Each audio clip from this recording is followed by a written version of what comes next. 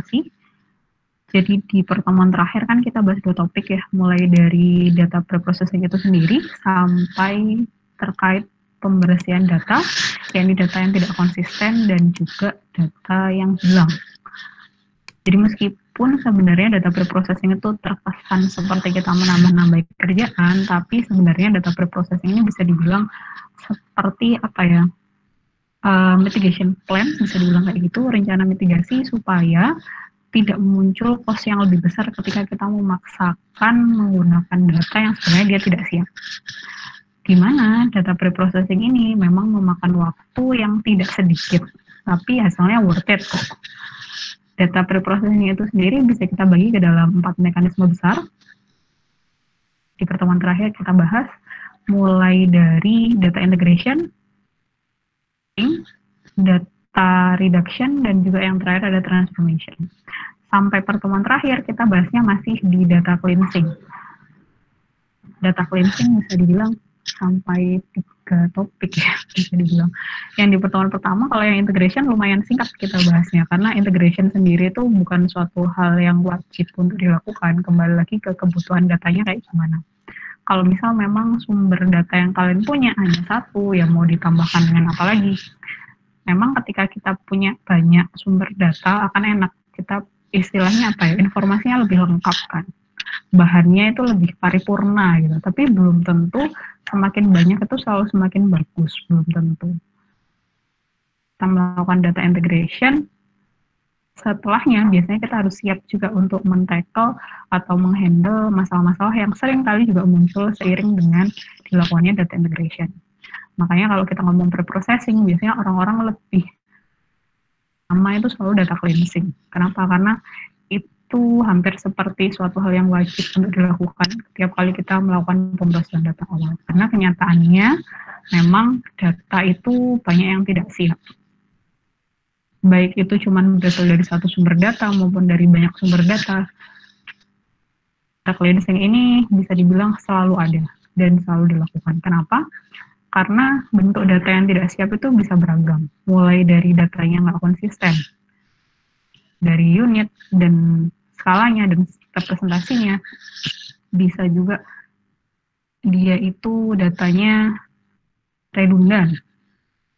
Makanya kan di pertemuan terakhir kita juga bahas terkait yang namanya korelasi, untuk tahu sebenarnya hubungan antara atribut satu dengan atribut yang lain itu gimana. Apakah bisa kita drop atau kita hapus satu atribut karena sudah bisa direpresentasikan oleh atribut yang lain. Maunya dari mana itu bisa direpresentasikan oleh atribut yang lain, kita hitung korelasinya. Kalau di pertemuan terakhir saya tunjukkan hitungan manual, tapi itu sekarang itu banyak sih yang tinggal panggil fungsinya aja correlation, dia sudah hitungkan untuk kalian.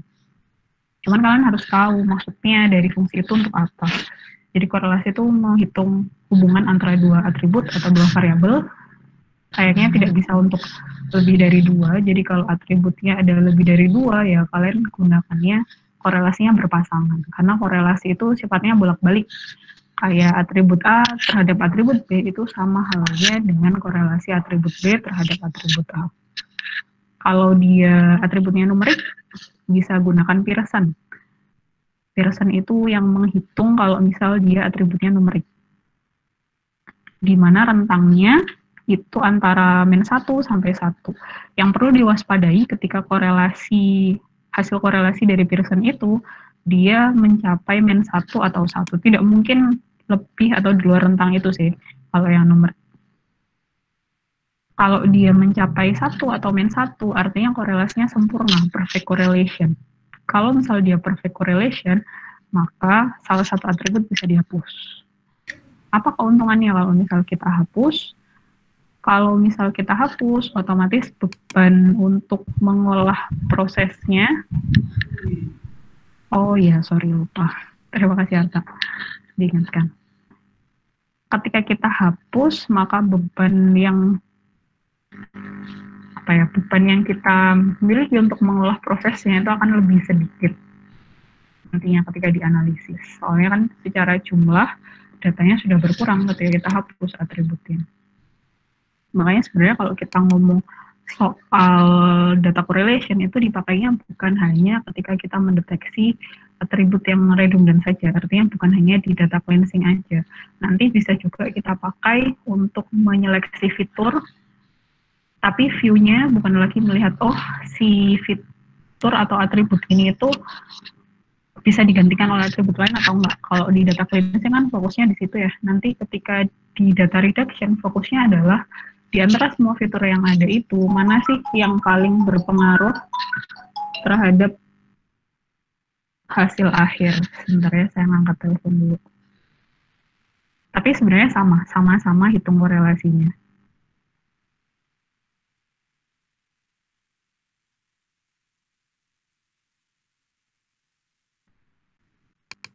Sampai mana tadi? Korelasi ya. Jadi korelasi itu yang bisa dipakai Pearson, khususnya kalau misalnya redundansi atribut yang perlu diwaspadai kalau atributnya korelasinya perfect, entah itu 1 atau minus 1. Berarti kita bisa hapus salah satu karena toh dia bisa diakomodir atau direpresentasikan oleh atribut yang lain.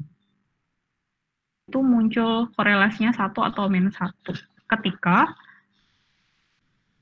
Ketika kasusnya adalah nilai dari atribut tersebut bisa didapatkan dengan cara mengoperasikan nilai dari atribut yang lain. Contohnya di studi kasus ini maupun di studi kasus yang ini. Kalau dia nilainya nggak sampai perfect, nggak sampai min 1 atau nggak sampai 1, apakah nggak boleh dihapus, Bu? Kalau itu ada 2 pendapat kan kemarin. Ada yang menyebutkan kita boleh pasang threshold nih. Jadi thresholdnya oke, bukan 1 atau min 1, tapi min 0,9 dan plus 0,9. Kalau lebih dari rentang itu saya hapus. Kalau kalian mau ambil aliran yang itu, Mas Sapia itu silahkan, tapi ada resiko di situ. Resiko apa? Karena itu tidak perfect istilahnya, maka ada resiko bisa jadi sebenarnya atribut yang kalian hapus itu penting. Cuman kebetulan aja polanya dia mirip. Itu resikonya.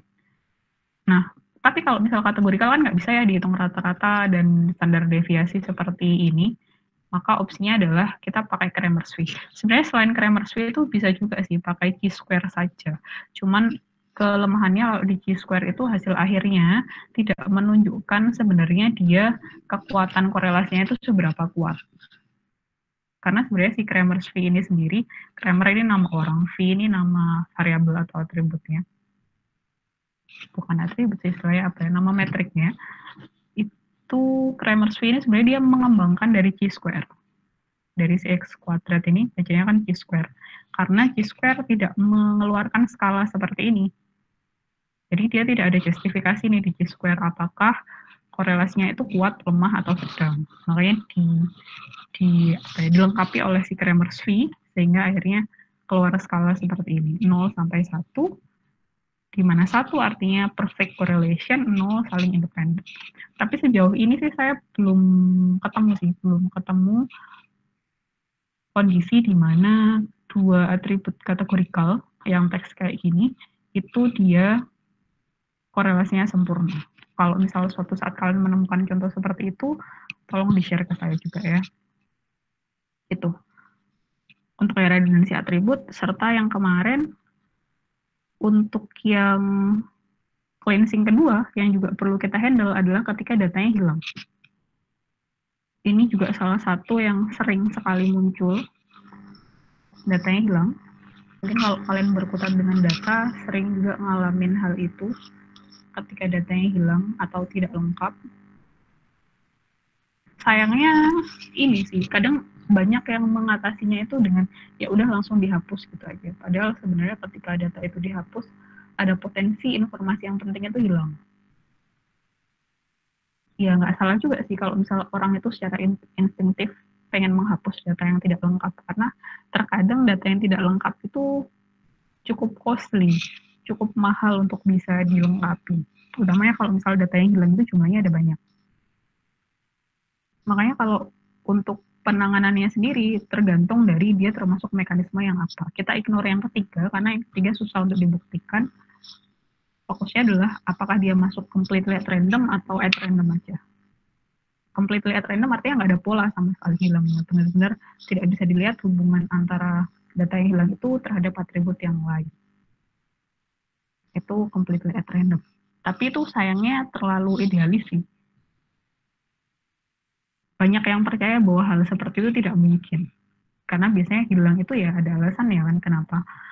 Makanya meskipun ada cara untuk menangani data hilang itu dengan cara dihapus, yang mana sebenarnya itu eksklusif punyanya MCER, tapi tetap sebenarnya itu tidak terlalu disarankan. Dihapus pun juga ada banyak kan variasinya dengan resiko beda-beda. Pros and cons-nya ada sendiri. Mulai dari dihapus langsung, pokok dia satu baris itu ada data yang nggak lengkap aja dihapus. Atributnya ada 191 nih. Ada satu saja data yang tidak lengkap di baris ke-6, ya baris ke-6 itu dihapus. Artinya kita berpotensi kehilangan 190 data yang ada di baris tersebut, yang sebenarnya lengkap. Baru kelihatan dampaknya informasi yang hilang itu kalau misal jumlah atribut atau jumlah recordnya besar ya. Gitu. Nah, tapi kalau kita mau pair waste juga ada resikonya. Pair waste artinya kita cukup menghapus saja data yang nol, jadi nggak diikutkan dalam perhitungan, karena nol kan nggak bisa dihitung juga. Pokoknya berarti paling mudah dibayangkannya kayak gini, ketika atribut tersebut dioperasikan dengan atribut yang lain, jumlahnya kan nggak sama nih. Nah, itu susah untuk dianalisis. Karena datanya ada yang tidak sama jumlahnya. Oh, yang ketiga, yakni dihapus saja kolom tersebut. Biar nggak bikin ribet, dihapus saja kolom tersebut. Tapi kembali lagi, ketika kita menghapus data itu, kecuali yang pairwise ya. Kalau yang pairwise memang yang dihapus adalah data yang hilang. Baik column deletion maupun yang row deletion, itu berarti kan ada data yang sebenarnya tidak hilang, tapi kita hapus juga. Karena teman satu barisnya atau teman satu kolomnya itu kosong. Atau nol. Resikonya seperti itu, makanya banyak juga saintis yang tidak berani menyampaikan threshold-nya berapa untuk boleh menghapus. Sejauh ini yang saya tahu, satu referensi dia sebutkan 70%. Tapi kalau misal kita pakai patokan 70% ya, datamu 100 nih, 30 dari 100 data itu cuma tinggal 30 data. Ya masih besar kan sebenarnya 30 data itu hitungannya. Seperti itu. Makanya sebenarnya diarahkannya ke data imputation, tapi memilih cara imputation pun juga bukan hal yang gampang. Apa mau pakai yang simple seperti statistik, mean, median, atau modus, tapi kalau seperti ini otomatis kita hanya bisa mengoperasikan nilai dari atribut tersebut terhadap atribut itu sendiri. Berarti kita menghilangkan korelasi antara atribut itu dengan atribut yang lain. Karena dia hanya diisi berdasarkan nilainya sendiri. Juga kan kalau mean dan median itu, mean kalau misalnya distribusinya normal, median kalau distribusinya tidak normal, entah itu skewed ke kiri atau skewed ke kanan. Skewed itu maksudnya condong ke kiri atau condong ke kanan. Kalau distribusi normal kan dia kayak bell ya, yang di tengah itu banyak frekuensinya, yang di samping kiri kanannya sedikit. Kadang kita juga nggak tahu distribusi datanya itu seperti apa, karena ada datanya hilang soalnya. Jadi ada kelemahan dan kelebihannya. Ketika kita mau pakai metode yang lain pun, OCF syaratnya jelas, harus time series dulu. Kalau dia bukan time series, maka tidak boleh menggunakan OCF. Karena OCF pun baru boleh digunakan kalau kita ada reason-nya, yang logis. OCF sendiri juga ada banyak, ada yang worst OCF, baseline OCF, ataupun last OCF. Atau mau pakai yang inferensi. Inferensi ini yang banyak disarankan, tapi sama ada kelemahannya. Otomatis komputasinya dibandingkan imputasi yang lain, dia yang paling besar. Kalau OCF kan gampang, tinggal cek aja. Apalagi yang last OCF ya. Cek aja data terakhirnya berapa, itu yang kita masukkan. Overhead datanya nggak terlalu banyak. Statistik apalagi, mudah sekalian mengoperasikannya. Tapi kalau di inferensi, entah itu interpolasi, regresi, ataupun metode klasifikasi, kita harus cari dulu fungsi yang bisa merepresentasikan data itu kayak gimana. Untuk regresi dan interpolasi, dia hanya bisa untuk bivariate, 2 atribut aja. Itu pun kalau misal kita juga tahu, atribut yang datanya hilang itu dia korelasinya sama atribut yang mana. Terlebih kalau misal datanya ternyata tidak menunjukkan pola tertentu. Nah, pemilihan fungsi interpolasi atau regresi yang kurang pas juga bisa menyebabkan selisih yang lumayan jauh antara data yang kita masukkan, imputed data terhadap data yang sebenarnya hilang. Soalnya banyak sekali datanya hilang itu. Mau metode klasifikasi juga sama. Entah itu yang decision tree maupun yang KNN, apakah hanya itu Bu metode klasifikasi yang bisa digunakan? Nggak juga, bisa juga yang lain, SVM pun bisa, atau yang lainnya juga bisa, tergantung kalian maunya yang mana. Dan yang terakhir, ada juga yang menyarankan multiple imputation. Sebenarnya yang inferensi maupun yang statistik maupun yang OCF itu termasuk dalam kategori single imputation. Artinya kita dekati data yang hilang tersebut dengan satu metode, hasil dari metode itu apa, langsung kita masukkan ke data yang hilang itu. Jadi langsung kita mengisi data yang hilang itu dengan hasil dari pendekatan kita. Tapi hal tersebut memberikan concern tersendiri bahwa ya kalau misal pendekatan itu tepat, kalau bias ya apa? Nah, makanya ada variasinya, yakni yang namanya multiple imputation. Sebenarnya multiple imputation itu hanyalah gampangannya ya, kita melakukan single imputation sebanyak M kali. M-nya berapa? M-nya terserah. Tergantung kita yang menentukan. Semakin banyak jumlah M, biasnya semakin berkurang, tapi komputasinya semakin besar. Makanya ada rekomendasi jumlah M yang berbeda-beda. Kita lakukan imputasi beberapa kali, terus nanti setelah itu hasilnya dianalisis, terus dipooling lagi jadi satu, hasil akhirnya itu yang kita pakai. Analisisnya kayak gimana? Beda-beda, tergantung metode apa yang kalian gunakan. Value dan terakhir tentunya adalah kita bisa ukur kualitas apakah imputasi kita itu sudah bagus atau tidak, salah satunya bisa menggunakan error. Error atau bias ini itu selisih antara data yang kita masukkan dengan data yang sebenarnya hilang. Oke, gampangannya seperti itu. Nah, hari ini kita akan bahas masih data cleansing yang terakhir sebelum kita beranjak ke mekanisme yang selanjutnya. Data cleansing yang terakhir ini terkait noisy data. Noisy data itu apa? Seperti namanya, noise itu kan bising, gangguan, mengganggu. Jadi pada dasarnya yang kita tangani di sini adalah data-data yang dianggap mengganggu analisis data yang normal sehingga bisa mengganggu pada saat proses analisis. Nah, kalau misal definisinya kayak gitu, maka sebenarnya noisy data itu atau si noise ini itu juga termasuk tiga hal yang sudah kita bahas sebelumnya. Apakah itu data yang konsisten, itu juga termasuk noise. Duplikat itu juga termasuk noise, karena dia mengganggu kan nantinya di proses analisis. Dan ketika datanya tidak lengkap, itu juga termasuk noise. Kenapa? Karena kalau datanya tidak lengkap, nggak bisa diproses, mengganggu juga di analisis. Lah bedanya noise yang sebelum-sebelumnya itu dengan noisy data yang dimaksud di sini itu apa, Bu? Yang akan fokus kita bahas pada pertemuan kali ini adalah noisy data yang dia merupakan representasi dari data outlier. Jadi misal, mungkin kalian pernah dengar ya, oh anak ini outlier nih, beda sendiri dari kebanyakan, kayak gitu. Sebenarnya outlier itu, kalau bahasa mudahnya kaum minoritas ya. Dia disebut outlier karena dia deviate so much, beda jauh sama data-data lain yang kebanyakan. Nah, tapi yang perlu dipahami juga, outlier itu nggak selalu jelek sih. Jadi outlier itu nggak selalu sebuah noise yang harus dihilangkan, enggak.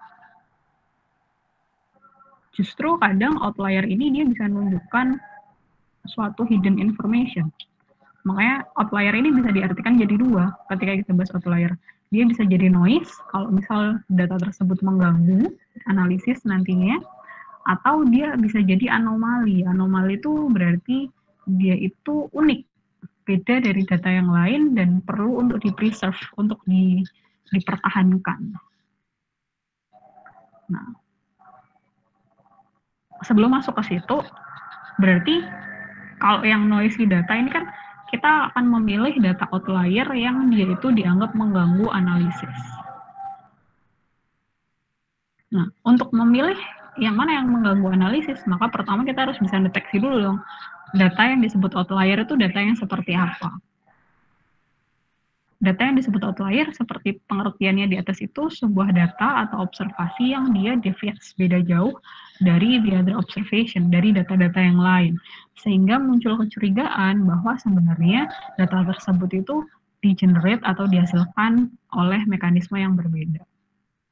Data-data yang akhirnya dianggap sebagai noise ini itu adalah data-data yang nantinya kita yakin bahwa sebenarnya kesalahannya itu bukan karena dia pola yang unik, tapi bisa jadi ada kesalahan ketika kita melakukan proses pemasukan data.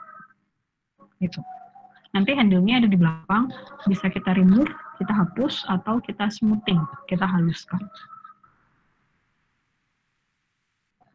Nah, sekarang kita masuk ke deteksi data outlier itu sendiri. Deteksi data outlier itu sendiri bisa kita lihat dari dua sudut pandang. Yang pertama adalah berdasarkan ketersediaan user label data. Hubungannya ini nantinya ketika kita ingin mendeteksi data outlier, berarti kan kita harus punya kumpulan datanya dulu nih. Nah, ada kumpulan data itu yang sebenarnya dia udah ada labelnya. Oh, dia ini adalah data yang disebut normal. Data ini adalah data yang disebut tidak normal atau outlier. Sudah ada user labelnya. Nah, dari situ kita modelkan. Lalu model itu yang kita gunakan untuk mendeteksi data yang baru. Berdasarkan ketersediaan user label data. Nah, atau yang kedua itu kita deteksinya berdasarkan asumsi bahwa si data outlier itu berbeda loh dari data yang normal. Ini yang di awal. Nah, berdasarkan ketersediaan user label data, kita bisa bagi dia ke dalam dua metode. Yang pertama adalah supervised method atau metode yang tersupervisi. Kalau di bahasanya kecerdasan buatan itu contoh aplikasi metodenya itu metode-metode klasifikasi. Itu adalah metode yang tersupervisi. Kenapa kok tersupervisi? Karena datanya udah jelas, ada labelnya. Oh, data ini tuh yang outlier, data ini yang non-outlier. Kalau sudah ada labelnya, terus ngapain Bu? Kita masih melakukan deteksi data outlier. Itu kan data yang sudah kita punya. Tapi kan data itu bergerak ya jumlahnya. Kalau ada data baru, nah itu yang harus dideteksi, apakah dia outlier atau bukan. Yang kedua adalah metode yang unsupervised. Artinya tidak tersupervisi. Berarti kita dikasih datanya gelondongan, tapi kita nggak ngerti apakah data itu dia outlier atau bukan. Justru dengan pendekatan metode kita cari cara supaya kita bisa melakukan deduksi atau inferensi, oh si data ini masuk outlier, data yang lain nggak masuk outlier.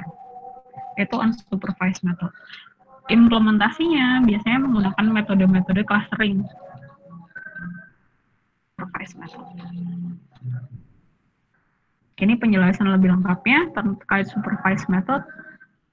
Jadi dia dimodelkan sebagai permasalahan klasifikasi, di mana data yang sudah kita punya tadi, yang sudah ada labelnya, yang mana outlier, yang mana bukan outlier.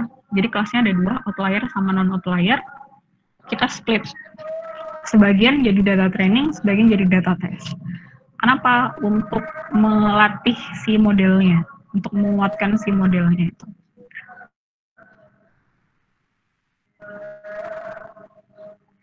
Pendekatannya bisa ada dua, karena kelasnya ada dua kan, data normal dan data outlier. Kita bisa buat yang kita modelkan adalah kita latih supaya kita tahu polanya data normal itu kayak gimana. Jadi suatu saat kalau misalnya ada data baru, kita cek dengan model tersebut, ternyata dia nggak sesuai nih dengan model itu, berarti data itu bukan data normal alias data outlier. Atau sebaliknya, kan adalah data dari kelas outlier, dicari polanya. Kalau dia tidak sesuai model, maka dia dianggap bukan outlier alias data normal. Kesannya simpel dan ideal sekali, tapi sayangnya realitanya tidak seindah itu. Kenapa? Karena namanya outlier itu kan data yang tidak normal ya. Secara jumlah memang lebih sedikit daripada data yang normal, dan umumnya itu jarang ditemui. Ya. Kalau jumlahnya banyak, udah nggak jadi outlier lagi dia. Nah, kalau kita melakukan klasifikasi data, syarat pertama itu datanya harus balance. Kalau datanya nggak balance, misal data kita itu 10.000, yang outlier ternyata cuma 10 yang kita tahu, yang 9.990 itu data normal. Itu kan sangat tidak balance ya. Nah, kalau seperti itu bisa mempengaruhi hasil akhirnya nanti di modelnya. Di situ, kalaupun supervised method, terus ketika bentuknya seperti itu, maka untuk mengecek apakah modelmu itu bagus atau tidak, jangan terlalu berharap pada akurasi. Kenapa? Karena nyari akurasi tinggi gampang banget dong kalau kondisinya kayak itu tadi. 9.990, satunya 10. Karena akurasi itu kan true positif tambah true negatif dibagi total data kan. Total datanya 1.000. 10.000 data itu misal kita ambil 30% data tes, 70% data latih, split 70-30. Berarti 70% dari data dari 10 itu kita, kan tadi 10 adalah data yang outlier ya. Berarti kalau kita split 70-30, 7 dari data itu dijadikan data latih, 3 dari data itu dijadikan data tes. Sedangkan yang itu apa sih? Data normal 9.990 itu dikalikan 70% untuk data latihnya, 30%-nya untuk data uji. Berarti kalau total datanya 10.000, 30% kan 3.000 ya. Dari 3.000 data teks itu, 2.997 adalah data normal, sedangkan yang 3 itu data outlier. Habis itu kita modelkan nih. Ternyata di antara itu semua, akurasinya benar tinggi. 90% gitu ya misalnya, 90%. Hanya 10% yang dia gagal mendeteksi. Nah, 90%-nya itu dari mana? Karena yang berhasil deteksi adalah data-data yang normal semua. Yang outlier 3 ini semuanya, 3-3-nya tidak deteksi. Jadi kelihatannya akurasinya bagus, tapi tidak sesuai dengan kegunaan. Jadi hati-hati, jangan bangga kalau misal kalian lihat paper atau apa penelitian gitu, oh akurasinya bagus banget, tapi hasilnya jelek ya. Coba cek metrik yang lain, yakni presisi sama recall. Jangan-jangan dia bagus karena datanya nggak balance. Makanya di sini disebutkan, ketika bentuknya seperti itu, maka recall harus lebih diperhatikan daripada akurasi. Untuk case yang kedua, unsupervised method, itu asumsinya dia berangkat dari asumsi bahwa ketika suatu data itu outlier, maka harusnya data tersebut itu akan berada jauh dari klaster-klaster yang lain.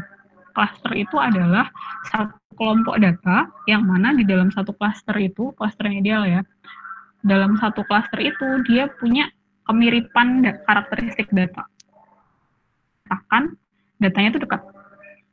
Nah, dia disebut outlier kalau dia itu beda jauh dari data-data yang ada di klaster-klaster lainnya. Seperti itu. Cuman, unsupervised method itu bukan berarti dia tidak punya masalah.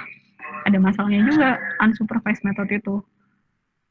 Selain dia secara komputasi lebih tinggi daripada yang supervised method itu tadi, terus dia juga rentan menghasilkan false positive rate yang tinggi.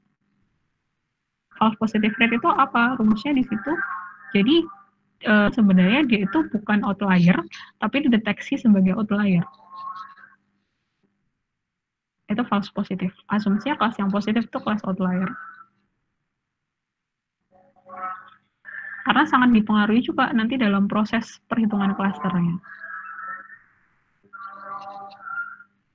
Nah, itu untuk deteksi data outlier kalau berdasarkan ketersediaan data outlier yang telah dikenali atau berdasarkan user label data. Ada juga yang ketiga sebenarnya semi supervised, tapi semi supervised saya keluarkan soalnya pada saat penanganannya pun akhirnya kita memilih mau diikutkan ke yang supervised atau yang unsupervised. Semi supervised itu artinya berarti datanya itu ada labelnya, tapi nggak semuanya ada labelnya. Nah, yang kedua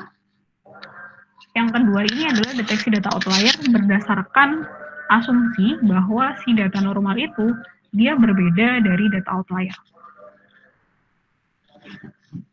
Ini kita belum bahas noise ya, kita bahasnya masih outlier.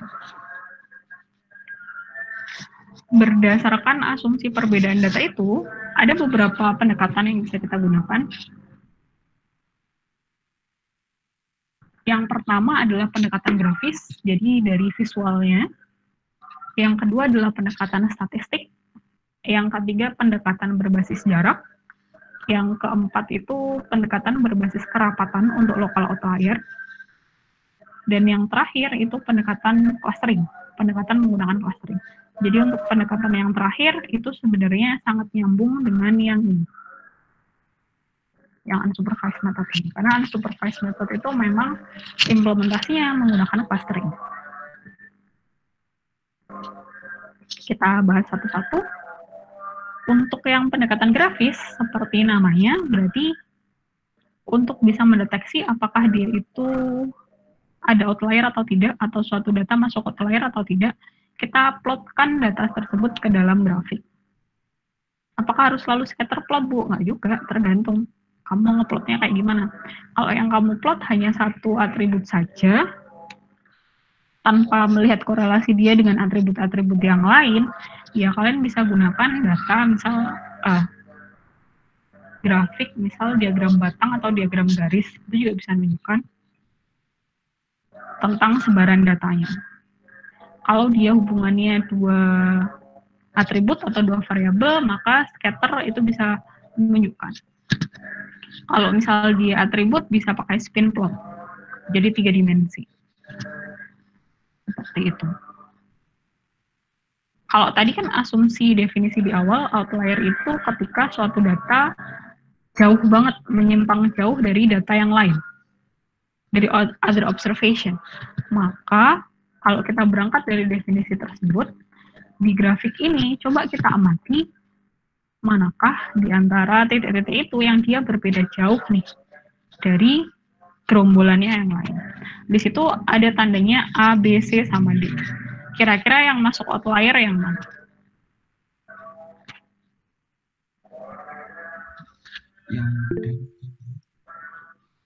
Yang B sama D. Iya, yang B sama D ya. Kalau pilihannya A, B, C, dan D, maka yang masuk dalam definisi itu tadi, ini dia beda jauh dari teman-temannya yang lain, itu B dan D. Kenapa? Karena dia nyempil sendiri nih. Yang lainnya enak, makan bareng di kantin gitu ya. Dia nyempil sendiri. Makannya di perpus, nggak boleh makan ya di perpus ya. Beda jauh di antara yang lain. Nah, kenapa kok yang atasnya C ini juga dia tidak masuk ke outlier gitu ya? Karena di sini masih ada tetangganya nih, masih bisa dianggap dia sekelompok dengan ini. Ini juga sama, masih bisa dianggap sekelompok. Ini juga bisa dianggap sekelompok ke sini, ataupun mungkin kalau ini ada pilihannya gitu ya E, mungkin ada sebagian yang akan memilih E ini outlier juga. Kenapa? Karena posisinya agak ambigu ya, nggak deket-deket banget ke klaster yang ini, apalagi ke sini dan ke sini. Tapi kalau B dan D kelihatan jelas bahwa dia memang jauh dari gerombolan data yang lain. Itu grafik. Kelemahannya sudah kelihatan ya. Pertama adalah tadi bisa diplot di grafik itu mentok hanya 3 dimensi atau hanya 3 atribut saja. Sejauh ini saya belum tahu kalau misal ada yang sampai 4 atribut bisa diplot atau bisa digambarkan secara visual. Jadi atribut yang bisa digambarkan hanya terbatas, maksimum 3. Terus yang kedua, kalau kalian amati lagi adalah ini benar-benar tergantung juga dari subjektivitas si pengambil keputusannya, atau dalam hal ini penelitinya yang menentukan, yang punya data. Ini sebenarnya outlier nggak ya? Oh ini bukan nih. Oh kayaknya ini iya nih. Kalau tadi kan enak ya, pilihannya hanya A, B, C, dan D. Dan kita sepakat bahwa B dan D itu keduanya sama-sama outlier. Tapi kalau misal datanya kayak gini, nah di situ ada 3 titik nih, A, B, sama C.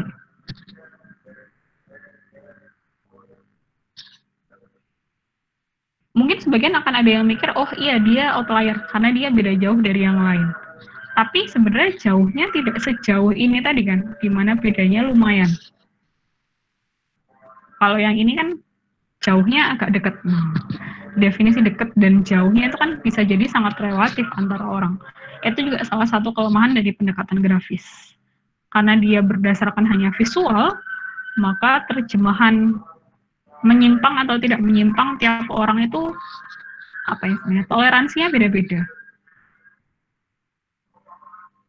Jadi itu meskipun pendekatan grafis simple, tapi dia drawback-nya pertama hanya bisa mentok 3 atribut, kedua adalah dia sangat tergantung subjektivitas dari peneliti. Oleh karena itu, instead of menggunakan grafis, kita bisa juga loh menggunakan pendekatan yang sebenarnya dia gabungan antara grafis dan juga statistik. Di beberapa referensi, ada yang menyebutkan si box dan whisker plot ini masuk dalam kategori pendekatan grafis. Tapi karena sebenarnya dia sudah mulai mempertimbangkan distribusi data, maka saya masukkan ke dalam pendekatan grafis dan statistik. Jadi dia fusion, gabungan antara grafis sama statistik. Karena box plot ini sendiri kan ya bentuk diagram. Box plot itu bentuknya kurang lebih seperti ini. Bu, kok saya nggak pernah lihat ya ada plot atau grafik yang bentuknya seperti ini. Biasanya sih kalau digambarkan di grafik itu, dia bentuknya horizontal sih. Cuman ini dibuat vertikal. Cuman itu dibuat horizontal biar kita gampang memahaminya. Jadi box plot itu dia bisa menggambarkan distribusi data kita. Dia bentuknya satu dimensi, dalam arti satu box plot hanya bisa untuk memodelkan atribut saja. Tidak bisa 2 atribut. Kalau kalian mau memodelkan atau mengecek distribusinya 2 atribut, ya berarti buat 2 box plot. Kenapa di sini namanya? Suara saya masih kedengaran nggak? Atau mau nunggu adzan dulu?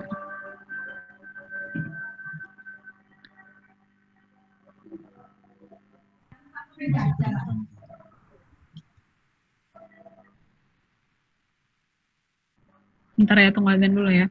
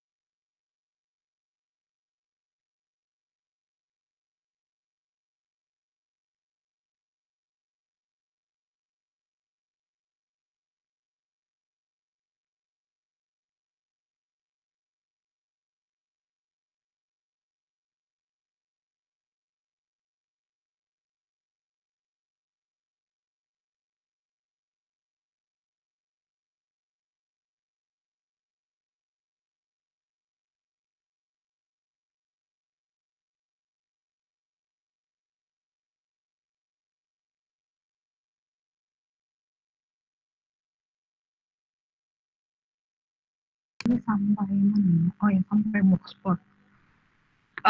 Kalau di Excel, setahu saya ada, di beberapa data visualization tool yang lain juga ada fungsinya untuk bisa menggambarkan sebaran dari datamu, utamanya kalau data numerik ya, kalau kategorikal nggak bisa digambarkan pakai ini. Ada yang nyebutnya dia box plot aja, ada yang dia disebutnya adalah box dan whisker plot. Sebenarnya kenapa dinamakan box dan whisker plot? Karena yang bagian kotaknya ini boxnya, whiskernya itu yang seperti extend-nya keluar ini. Nah, kenapa dia bisa dipakai untuk mendeteksi data outlier? Karena dia punya informasi statistik penting dari distribusi data kita. Yang penting pertama adalah dia menuliskan median kita itu berada di nilai berapa. Median itu nilai tengah, atau kalau misalnya kita bagi data kita menjadi kuartil atau dibagi 4, itu median ini sama kayak Q2. Tanpa kita harus mengurutkan nih, dia akan urutkan data kita, distribusi data kita itu, lalu dia akan cari data tengahnya itu berapa. Jadi misal data kita itu ada 9. Maka nilai yang tengahnya, mediannya, itu adalah data kelima. Karena 9 plus 1 dibagi 2. Tengah, misal datanya 10, Bu. Berarti mediannya nanti akan diambil rata-rata dari data kelima dan data keenam. Seperti itu. Nah, dia juga menghitungkan yang namanya lower quartile atau Q1 dan upper quartile atau Q3. Kenapa penting untuk menghitung Q1, median, dan juga Q3? Karena dengan menggunakan Q3 dan Q1 ini, kita bisa hitung yang namanya IKR atau interquartile range. IKR inilah nanti yang akan dijadikan sebagai pedoman apakah data tersebut, data yang ada di kumpulan atribut kita tadi, atau data yang ada di dalam satu atribut tersebut, ada yang termasuk outlier atau tidak. Dia disebut outlier apabila dia itu nilainya, ini saya tuliskan, lebih kecil dari data minimum, atau dia lebih besar dari data maksimum. Data minimumnya berapa di sini? Data minimum. Yakni nilainya Q1 atau lower quartile dikurangi 1,5 kali IKR. Itu adalah batas minimumnya. Sedangkan batas maksimumnya adalah Q3 ditambah 1,5 kali IKR. Itu kalau yang menggunakan patokannya Fuchs dan Whisker plot. Ada beberapa referensi yang dia sebutnya bukan minimum dan maksimum, tapi minimum ini dia sebutnya sebagai inner fence. Inner fence. Fence itu maksudnya pagar. Jadi kalau misalnya ada inner, kan berarti ada outer ya. Jadi ada referensi lain yang mengatakan bahwa kalau dia kurang dari minimum itu belum tentu dia outlier. Masih istilahnya adalah probably outlier, mungkin outlier. Tapi kalau misal dia sudah di luar ya outer fence itu 2 kali lipatnya minimum.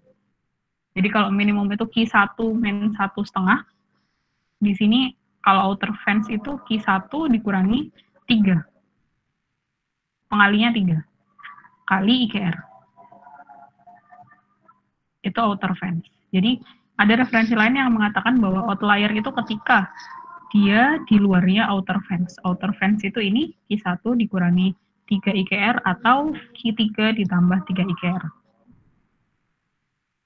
Tapi kali ini saya pakai yang ini, yang pedoman di mana dia cukup lebih kecil dari minimum atau lebih besar dari maksimum sudah masuk ke dalam kategori outlier. Jadi dia sudah pakai sebaran data, tapi patokannya udah jelas nih, dia disebut outlier ketika apa? Ketika ini atau ini. Nah, ini guideline aja untuk menghitung Q1, Q3, IKR, dan juga median. In case kalian kelupaan. Nah, tenang, ini sudah saya hitungkan nilainya, jadi kalian nggak perlu hitung lagi. Misalnya ada sebaran datanya seperti ini datanya sudah diurutkan. Jadi syarat menghitung Q1, Q2, Q3 itu datanya harus diurutkan terlebih dahulu. Kalau belum urut nggak bisa. Sebelum kita hitung Q1 dan Q3, kita hitung dulu Q2. Jadi sebenarnya Q1 dan Q3 itu bisa dihitung, caranya adalah kalau sudah ketemu median, separuhnya median ini dibagi 2. Langsung gunakan ini 0,25 dan 0,75. Pertama hitung dulu mediannya, berarti data ke N ditambah 1 lalu dibagi 2. Karena datanya ada 90, maka mediannya adalah data ke 45,5. Artinya, berarti dia berada di antara dua data ini. 559 sama 560. Ini adalah median kita. Sudah ketemu mediannya, berarti kita bisa cari lower quartile sama upper quartile. Upper quartile, kalikan aja 0,25 terhadap jumlah data plus 1. Hasilnya ini berada di antara 411 dan 436. Dan begitu juga kita cari yang Q3-nya di sini. Oke, Q1, Q2, dan Q3-nya sudah ketemu. Maka langkah selanjutnya kalau mau cari dia itu outlier atau enggak, kita harus cari juga minimum dan juga maksimum. Tapi untuk mencari minimum dan maksimum, kita butuh yang namanya IKR atau interquartile range ini ya. Selisih dari nilainya Q3 terhadap Q1.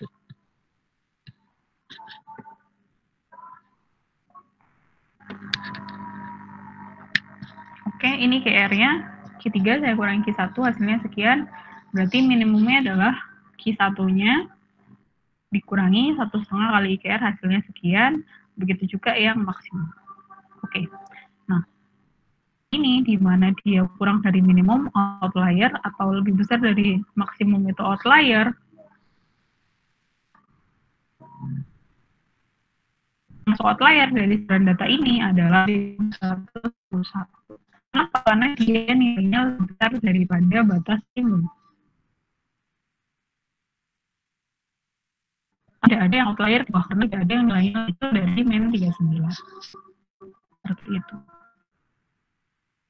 Nah, ini pendekatan yang kedua, grafis dan statistik, menggunakan Seabox dan Whisperplot. Yang kayaknya sudah jelas. Berdasarkan sebar data, berarti kita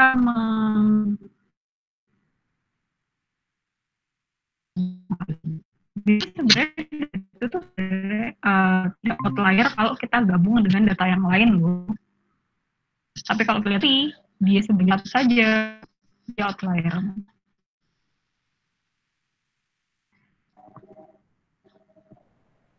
Oke, pendekatan grafis dan statistik. Nah, sebenarnya ini ada videonya sih, tapi kemarin kalau nggak salah suaranya nggak masuk ya.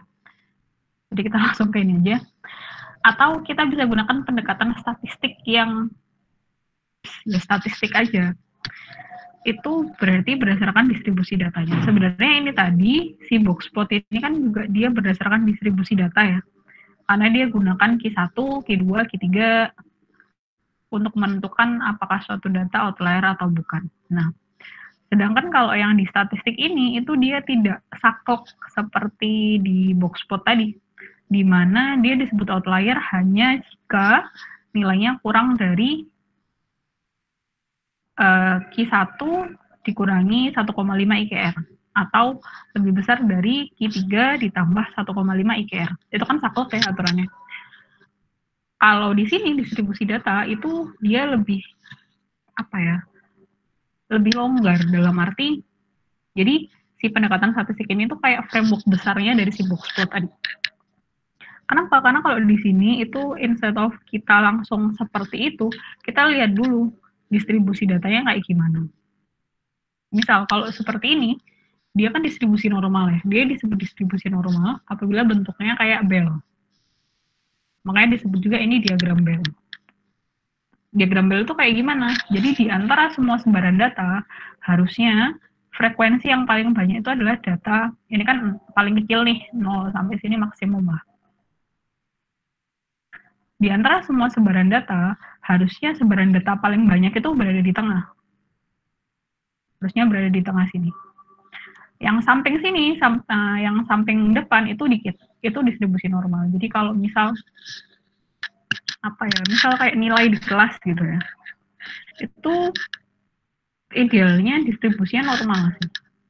Pasti pengennya dosen-dosen distribusinya normal. Meskipun kenyataannya sering kali nggak kayak gitu. Berarti distribusi normal itu kayak gimana? Jadi ya kalau misal ada yang naudzubillah min dzalik ya tidak lulus mata kuliah itu ya jangan separuh kelas, mentok-mentok 1 apa 2 anak. Atau ada yang dia memang excellent banget ya biasanya nggak baik-baik banget. Tapi rata-rata paling nggak sebagian besar kelas itu harusnya dia paham yang nilainya berada di tengah situ. Itu distribusi normal. Nah, contohnya kalau yang distribusi deteksi outlier pakai distribusi data ini, yang tidak saklek seperti Boxplot itu, kita bisa buat rule sendiri. Misal rule-nya kayak gini. Jadi kalau datanya distribusi normal kayak gini, dia dianggap outlier kalau misal data tersebut itu lebih kecil atau lebih besar dari 3 kali simpangan, standar deviasi itu kan simpangan ya, 3 kali simpangan dari rata-rata. Rata-ratanya kan di sini. Kalau data distribusi normal, rata-ratanya di tengah. Jadi patokannya ini. Misal rule yang kita buat adalah dia disebut outlier apabila dia melebihi dari 3 kali simpangan dari min, entah itu lebih besar atau lebih kecil. Nah, kalau seperti itu outliernya hanya sedikit di sini dan di sini. Nah, Boleh nggak ini nilainya kita geser? Nggak harus yang 3 kali standar deviasi, dibuat hanya 2 kali standar deviasi. Jadi outlier-nya digeser hanya di sini, batas threshold-nya. Ya boleh. Implikasinya berarti semakin yang garis sebelah kanan ini kamu geser ke kiri, jumlah outlier yang mungkin tertangkap akan semakin banyak. Begitu juga dengan yang ini. Yang garis kiri ini kalau kamu geser ke kanan, maka jumlah data yang dianggap sebagai outlier akan semakin banyak juga. Itulah kenapa kalau pendekatan statistik ini salah satu kelebihannya kita bisa menentukan nih jumlah outlier yang ingin kita dapatkan itu berapa. Cuman pemahaman seperti Bapak tadi ya, bahwa dia hanya bisa untuk mendeteksi outlier pada satu atribut pada satu waktu. Jadi sama sekali tidak memperhatikan hubungan atribut tersebut terhadap atribut yang lain. Selain itu, kelemahannya juga kalau statistik ini adalah kadang tidak mudah juga untuk melihat distribusi dari data tersebut. Ini kan kondisi ideal ya, bentuknya distribusi normal. Tapi seringkali bentuknya distribusi data itu nggak kayak gitu. Bisa dia ke kanan kayak gini, atau sebaliknya, condong ke kiri seperti ini. Ini masih enak nih, hitungannya kalau seperti ini kan diagram Poisson ya. Itu masih bisa dimodelkan lah. Nah kalau misal bentuk datanya frekuensinya naik turun nggak karu-karuan gitu, gimana coba? Susah untuk didekati dengan distribusi data seperti ini. Itu untuk yang pendekatan statistik.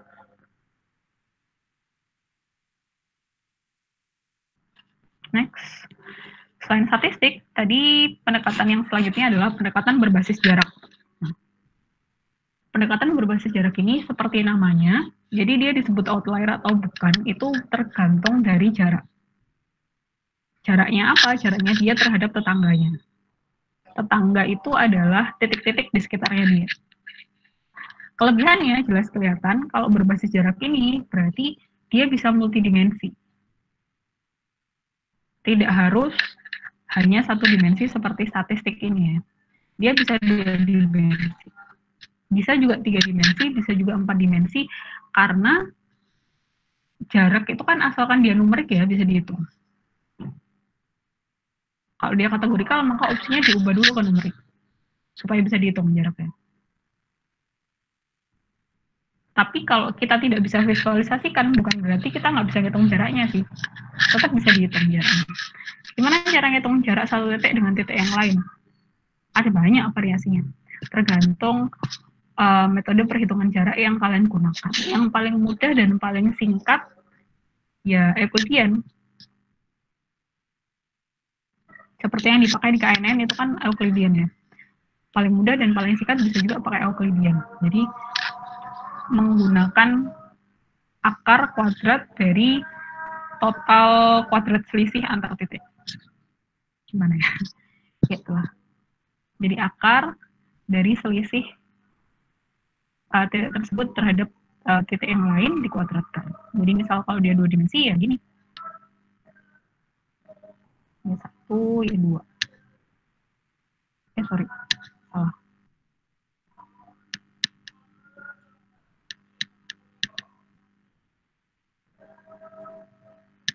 Satu yang dimensi ya jadi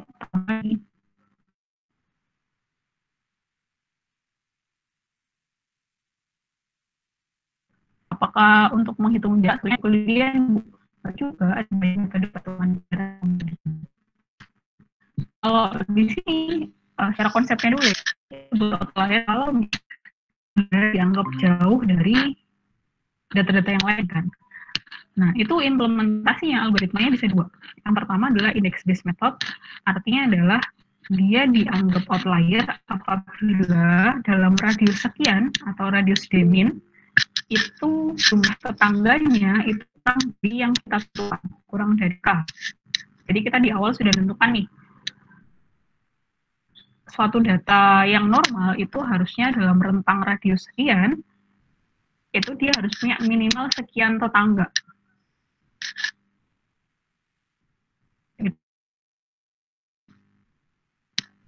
Jadi dihitung untuk semua titik yang ada di situ.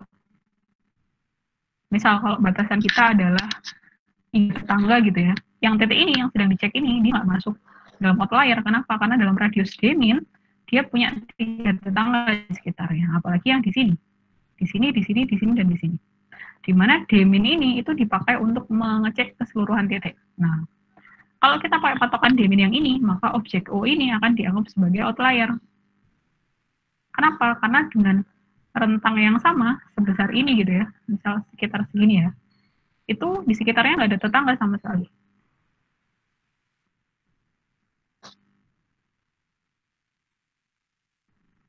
Otomatis downside-nya adalah dia komputasinya akan lumayan berat seiring dengan sebanyak apa data yang perlu diproses.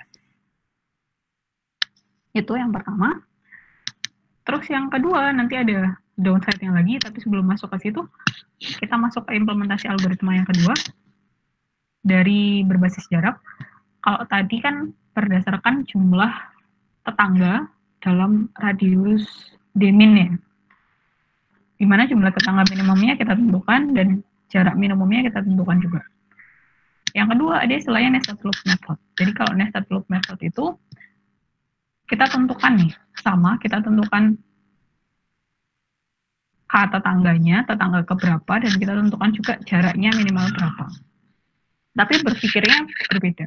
Jadi kalau yang nested loop itu adalah dia tidak mengecek dalam rentang sekian itu ada berapa tetangga yang ada di situ, enggak.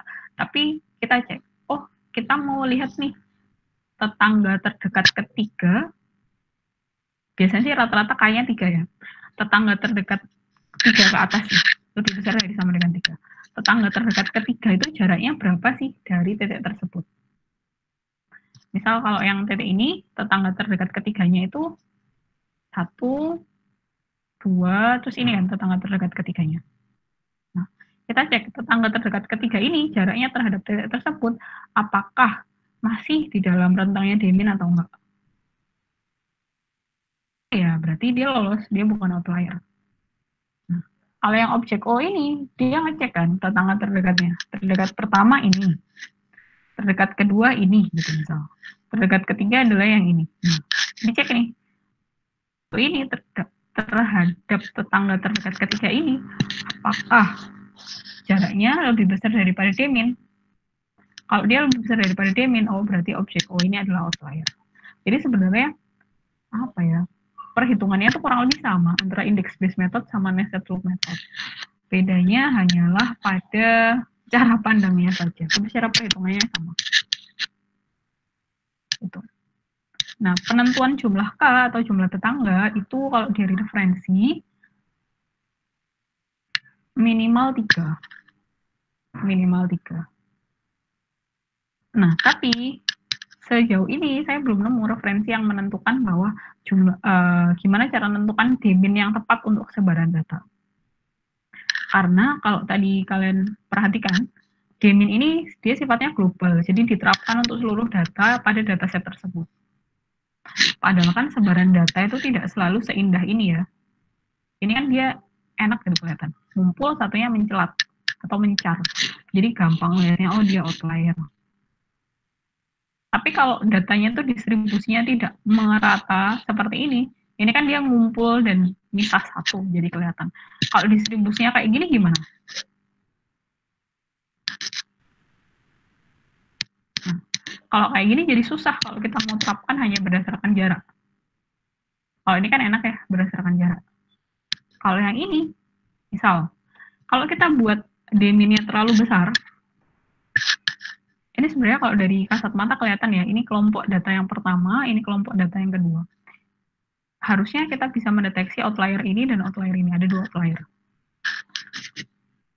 Kalau kita buat dia itu Deminnya besar, tadi kan batasannya K-nya 3 ya, paling nggak ya. Data-data yang ada di sini semuanya aman, dia nggak masuk, nggak dianggap sebagai outlier, karena kan bisa terdiri dari lebih dari 3 tetangga dalam Demin yang sudah ditentukan. Tapi kalau diterapkan di sini dengan Demin yang sama, kan tadi katanya Deminnya berlaku global ya, diterapkan di data yang sini. Nah, data ini CO2 yang seharusnya dia itu outlier, dia jadi tidak terdeteksi sebagai outlier. Kenapa dia tidak terdeteksi? Karena ketika menggunakan rentang Diemin yang sama, dia bisa terhitung dekat dengan data yang ini. Padahal secara kasat mata kita bisa lihat bahwa sebenarnya mereka itu dua kelompok yang berbeda. Dia mencelat kan, jauh kan dari sini. Itu. Triknya seperti itu. Ya udah, kalau gitu diperkecil aja Bu, Dieminnya, supaya O2-nya tidak terdeteksi sebagai data normal. Jadi supaya O2-nya ini memang terdeteksi sebagai outlier. Kalau yang ini sih aman, jelas. Pasti mau pakai berbasis jarak pun dia akan tetap terdeteksi outlier karena nggak ada temen yang kan jauh banget. Ke sini juga jauh, ke C2 juga jauh. Kalau kita perkecil nih. Nah, kalau kita perkecil, O2-nya sudah kelihatan bahwa dia outlier karena tidak ada tetangga sama sekali di situ, atau kalaupun ada tetangga kurang dari yang kita batasi tadi, ini 3. Nah, tapi kalau Diemin yang sama kita terapkan di klaster yang ini, semua data, sebagian besar data yang ada di klaster C1 ini akan dianggap outlier juga. Kenapa? Karena memang dia tipe klaster yang sparse, jauh. Tapi karena semuanya jaraknya jauh, jadi nggak kelihatan kayak outlier kan. Nah, itu tadi adalah kelemahan dari pendekatan berbasis jarak. Kenapa? Karena dia sifatnya jaraknya global. Di sini saya tuliskan penetapan Diemin itu perlu mempertimbangkan sebaran data secara keseluruhan. Kalau misal ternyata datanya itu tidak terdistribusi secara merata, jadi ada yang kepadatannya rapat banget kayak gini, ada yang renggang seperti ini, itu tidak cocok kalau dia gunakan yang pendekatan berbasis jarak. Maka cocoknya kayak gimana? Cocoknya kalau misal seperti ini, maka kita perlu memperhatikan yang namanya densitas atau kepadatan atau kerapatan. Berbasis kepadatan. Dan di sini ada keterangannya local outlier. Jadi outlier itu berdasarkan posisinya ya, bisa juga kita kelompokkan jadi 2. Ada yang namanya global outlier dan local outlier. Local outlier itu maksudnya apa? Local outlier itu dia kalau dilihat dari secara garis besar, jaraknya nggak jauh nih kalau dibandingkan dengan klaster yang lain. Tapi kalau dibandingkan dengan klaster terdekatnya dia termasuk outlier. Itu menyebutnya local outlier. Kalau yang global outlier ini memang dia jaraknya jauh dari mana-mana. Ini global outlier. Nah, kalau untuk seperti ini, kita bisa gunakan pendekatan berbasis density atau density based, kepadatan yang sifatnya bisa mengakomodir local outlier. Ada satu yang banyak digunakan sampai sekarang dan di beberapa tools pengolahan data, analisis data, fungsi tersebut juga disediakan. Namanya adalah LOF atau local outlier factor. Jadi dia mempertimbangkan kerapatan dari tetangganya, si local outlier factor ini. Nanti masing-masing data akan dihitung nilai LOF-nya. Kalau misalnya nilainya melebihi ambang batas atau threshold yang sudah ditentukan, maka dia dianggap outlier. Kalau masih berada di ambang batas yang atau di bawahnya, maka dia dianggap data normal. Jadi data di sini itu disebut normal, meskipun dia mencar-mencar jauh-jauh, karena lingkungannya juga seperti itu. Di sini, sedangkan yang di sini O2 dianggap tidak normal atau outlier karena lingkungannya terbiasa merapat. Jadi kalau misal kalian lihat, oh ada suatu hal gitu ya, tidak biasa atau unik, dia outlier terus harus dijauhi, nggak juga sih, karena sebenarnya outlier itu kan cuma soal sudut pandang aja. Dia belum ketemu kumpulan orang yang juga punya interest yang sama atau punya kecenderungan yang sama dengan dia. Kalau dibalik posisinya suatu saat kita yang jadi minoritas, ya kita yang jadi outlier. Makanya ketika di dalam penanganan data outlier itu juga kita harus hati-hati. Ketika sudah kita deteksi, bukan berarti karena dia berbeda dari yang lain, terus ya udah dihapus saja, dihilangkan. Enggak juga. Karena justru dia bisa memberikan informasi yang penting later on. Dan sekali lagi, outlier itu nggak selalu merugikan kok. Kalau dia merugikan, dia disebut noise. Kalau dia tidak merugikan, kita sebutnya anomali. Lucu ya, satu hal yang sama, tapi kalau dilihat dari sudut pandang yang berbeda, itu sudah 180 derajat. Ya sama sih, kayak hidup juga kan kayak gitu kan. Hal yang sama dipandang sama orang yang berbeda, maka penangkapannya bisa berbeda. Tinggal kita aja mau memilihnya dari sudut pandang yang mana. Terus yang terakhir, deteksi data outlier menggunakan pendekatan clustering. Clustering ini adalah implementasi dari yang tadi, yang unsupervised method, di mana data tersebut nggak ada class labelnya, kita punya data, sama di clustering ini juga kita bisa gunakan multidimensional data, tapi kalau clustering itu juga datanya harus numerik, kalau kategorikal diubah dulu ke numerik. Dia disebut outlier bila ini bukan berarti harus terpenuhi semuanya, tapi bisa pilih salah satu. Yang pertama adalah ketika data tersebut tidak masuk dalam klaster manapun. Nah, yang pertama perlu saya garis bawahi juga, metode clustering itu ada banyak. Jadi nggak hanya kayak K-means yang memang seluruh data, kalau pakai K-means kan seluruh data pasti akan masuk dalam klaster tertentu ya. K-means kan kayak gitu. Bisa juga data tersebut itu tidak masuk dalam klaster manapun. Jadi ada satu klaster isinya hanya dirinya sendiri. Berarti kan dia nggak masuk dalam klaster manapun kan. Mungkin nggak buka gitu, mungkin. Kalau kalian pakainya yang hierarchical clustering itu sangat mungkin terjadi. Karena kan dia prinsipnya dari ada yang bottom up, ada yang top down kan. Aglomeratif gitu yang hierarchical. Nah, kalau visualisasinya seperti ini. Jadi ada satu data nih, dia nggak masuk baik itu klaster 1 maupun klaster 2. Dia buat klaster sendiri isinya hanya dirinya. Nah, kalau seperti ini maka dia disebut sebagai data outlier. Dia menyimpang, beda dari data yang kebanyakan. Kalah jumlah kan soalnya. Atau seperti ini. Dia sudah masuk nih ke dalam anggota suatu klaster. Ini ada klaster 1 sama klaster 2. Titik-titik biru itu menggambarkan sebaran datanya. Nah, sedangkan titik merah ini menggambarkan centroidnya. Centroid itu tengah dari klaster. Centroid.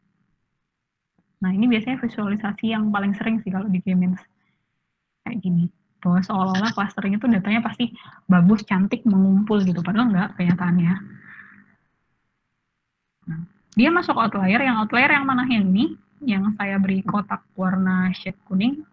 Kenapa dia masuk outlier? Karena masuk dalam kategori yang kedua.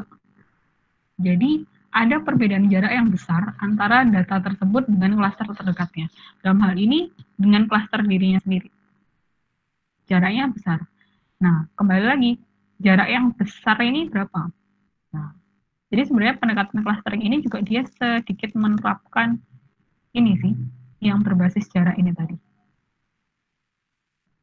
Cuman bedanya kalau berbasis jarak itu kan langsung semuanya dihitung satu sama lain ya, sehingga kombinasi perhitungannya sangat banyak. Bayangkan kalau dia 10 data, berarti satu data harus dihitung jaraknya dengan 9 data yang lain. Clustering juga kayak gitu sih, tergantung clustering yang mana yang dipakai. Itu, nah, misal kita tentukan dimennya itu jarak dari centroid ke sekitarnya, radiusnya, itu berapa? Kalau ternyata titik tersebut berada di luar si dimen tersebut, maka dia dianggap sebagai outlier. Nah, dimennya ini terserah mau apakah 1 kali atau 1,5 kali dari nilai data tersebut, terserah kita. Semakin besar dimennya, otomatis semakin banyak data yang tertampung di dalam cluster tersebut. Semakin kecil, maka semakin banyak outlier yang terdeteksi. Cuman seperti tadi ya di awal, unsupervised method itu kelemahannya adalah dia menghasilkan false positive rate yang tinggi. Kenapa ya? Karena itu tadi, kalau menggunakan yang pendapat kedua ini, di mana perbedaan jarak yang besar, lalu definisi besarnya itu dimennya kita perbesar, yang dimennya kita perkecil gitu ya misalnya. Akhirnya banyak yang sebenarnya dia itu normal, tapi karena dimennya kekecilan aja, jadi akhirnya dia dianggap sebagai outlier. Artinya false positif. Sebenarnya dia itu bukan outlier, tapi dianggap sebagai outlier.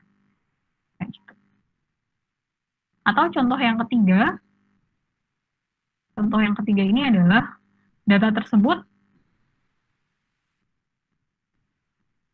masuk dalam klaster, tapi klasternya itu ukurannya kecil. Balik lagi, definisi kecil ini kecilnya berapa, Bu? Jujur belum nemu referensinya sih, kecilnya ini berapa. Apakah itu berarti, misal kalau klaster yang lain isinya 1000, terus dia isinya 100, itu kecil atau enggak? Nah, itu saya belum nemu referensinya. Kalau kalian nemu referensinya, tolong di-share ke saya. Cuman yang jelas, kalau misal klaster itu isinya hanya dirinya sendiri, seperti ini, si U ini, dia kan nggak masuk klaster manapun ya. Dia hanya berisi dirinya sendiri, itu jelas dia outlier. Dalam kasus ini, kalau yang di referensinya Han, Camber, dan Pai ini buku data mining sih, karena manajemen pemrosesan data itu sebenarnya kan istilahnya kayak intronya data mining. Itu yang C3 ini juga masuk dalam kategori outlier karena dia jumlahnya sedikit. Cuman kembali lagi, jumlah yang sedikit atau ukuran kecil itu sangat relatif. Sejauh ini saya belum nemu referensinya yang menyebutkan jumlah eksak itu berapa, karena volume data itu kan beda-beda. Oke, itu tadi deteksi data outlier. Sebelum masuk ke penanganan data outlier, sampai di sini dulu, apa ada yang ingin ditanyakan?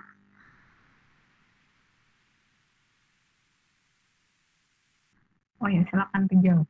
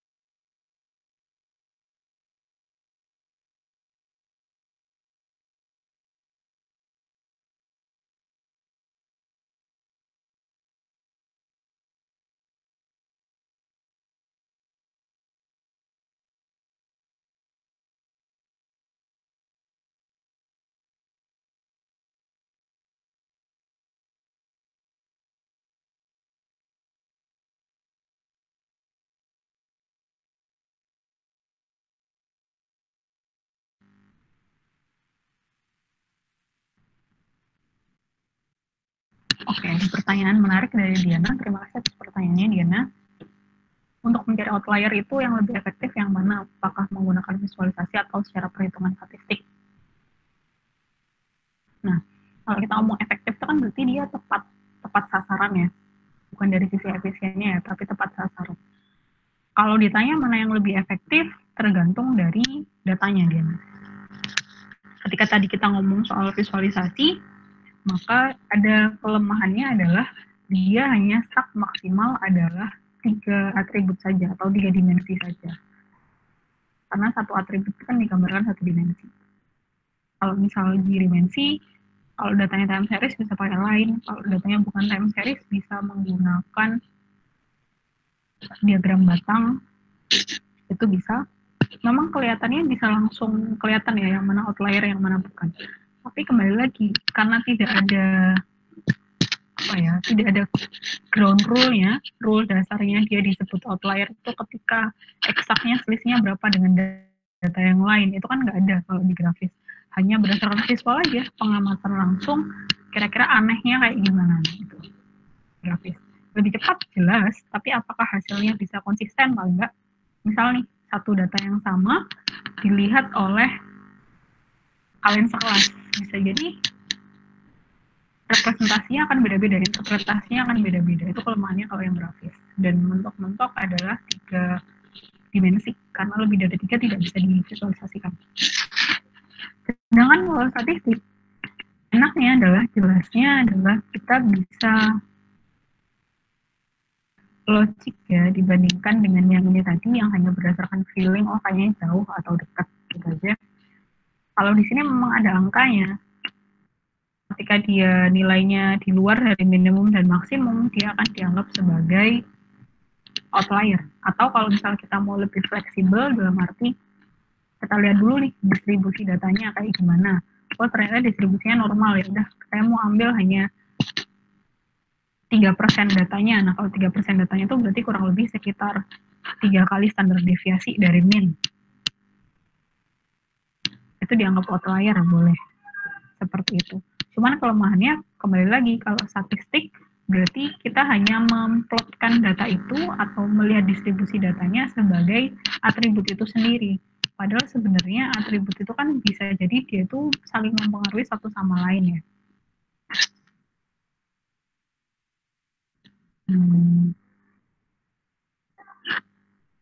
Misal kalau gambar ini nih, kita lihat hanya dari satu atribut saja, yakni dari X-nya saja, tanpa kita perhatikan Y-nya, maka apakah akan kelihatan outlier atau enggak?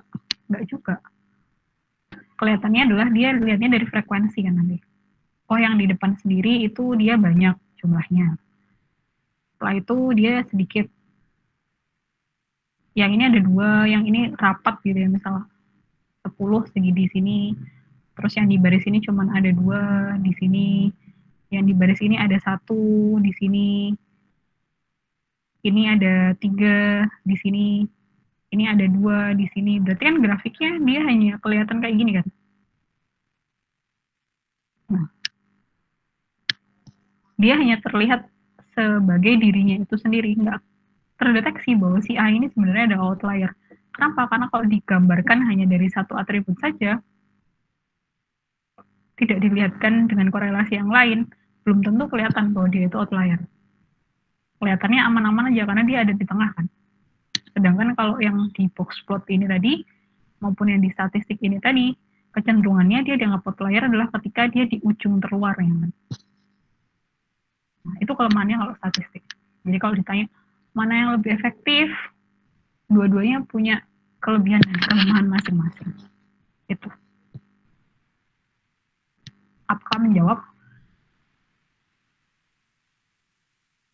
Tapi bukan berarti sama-sama. Tapi bukan berarti terus, oh kalau gitu statistik nggak perlu kita pakai sama sekali. Ya nggak juga. Terus gimana Bu? Kok jadi nggak ada jawaban yang definite? Memang namanya juga pendekatan ya. Kembali lagi ke bentuk datanya kayak gimana. Kapan kita bisa pakai statistik gitu misalnya? Kapan kita bisa pakai statistik? Ketika memang atribut itu adalah atribut yang independen. Dia tidak terpengaruh oleh data yang lain. Ya memang dia bisa dinilai dari sebaran data itu sendiri. Biasanya yang bisa dideteksi dengan statistik adalah outlier yang sering-seringnya karena salah input data. Misalnya itu kelihatan banget tuh kalau dari pendekatan statistik. Yang lainnya rentangnya seberapa, kok dia mencelat sendiri, beda jauh, itu kelihatan di distribusi data di statistik ini. Jadi bukan berarti kayak, oh nggak bisa dipakai sama sekali nih, terus ngapain kita belajar? Nggak juga, tetap bisa dipakai, tapi untuk data-data tertentu.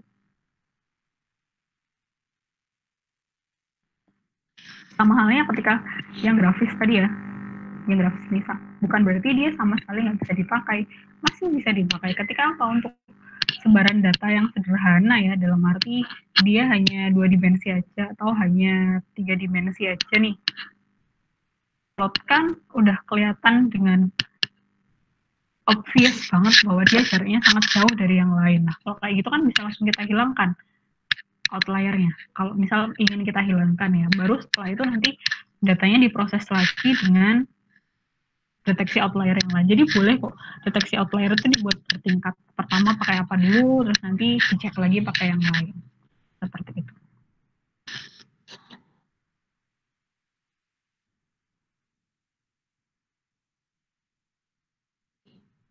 Ada lagi yang ingin ditanyakan?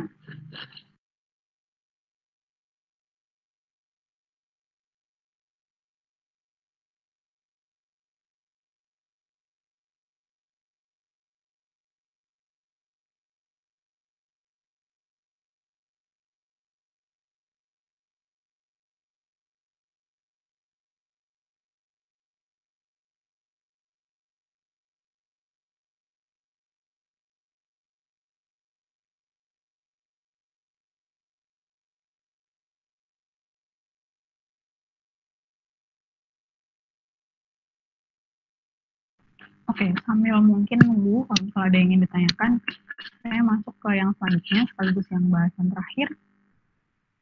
Ini terkait kalau misalnya kita udah tahu nih, sudah bisa mendeteksi ada data outlier di sebaran data kita atau di data set yang kita punya, terus what's next? Harus diapain nih datanya? Karena kalau cuma tahu aja terus nggak diapa-apain kan ya sama aja. Nah, secara garis besar penanganan data outlier itu bisa kita bagi jadi dua. Yang pertama adalah as simple as kita hapus, kita remove. Saya tulis di situ penjelasannya, ketika kita memutuskan untuk menghapus data outlier itu, maka ada resiko hilangnya informasi penting. Data outlier yang bisa kita hapus itu yang kayak gimana sih? Yang dia memang kita yakin bahwa dia itu noise. Kita yakin bahwa sebenarnya dia itu mengganggu dan tidak punya kontribusi lebih apa-apa ke data tersebut. Meskipun untuk mendapatkan keyakinan itu sendiri juga bukan hal yang mudah sih. Jadi makanya di situ saya tulis boleh dihapus bila bisa dipastikan bahwa data tersebut tidak menunjukkan pola khusus atau dia itu menjadi outlier bukan karena sebenarnya dia itu istimewa atau unik, enggak, tapi karena kelalaian ketika input data aja atau ketika transmisi datanya. Jadi sebenarnya dia nggak bermakna. Itu boleh dihapus. Artinya kan dia noise ya, bukan anomali. Mudah, murah, tapi tidak terlalu disarankan karena kembali lagi mencari reasoning atau bukti yang mendukung bahwa memang data tersebut tidak penting atau bisa dihapus itu susah.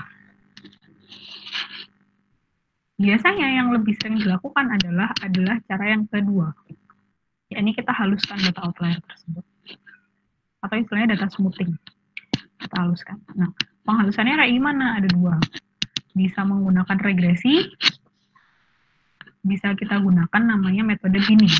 Binning ini jadi kayak histogram.